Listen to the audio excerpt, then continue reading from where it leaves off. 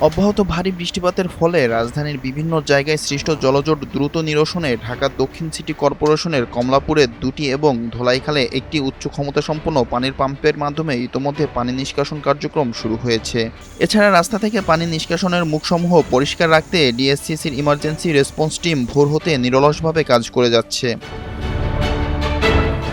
এদিকে রোববার ১২ জুলাই দুপুর ১২:৩০টার দিকে রাজধানীর নীলক্ষেত সংলগ্ন আজিমপুরে ইডেন মহিলা কলেজের ২ নম্বর গেটের বিপরীত পাশে একটি বড় গাছ উপড়ে পড়ে সড়ক বন্ধ হয়ে যায়।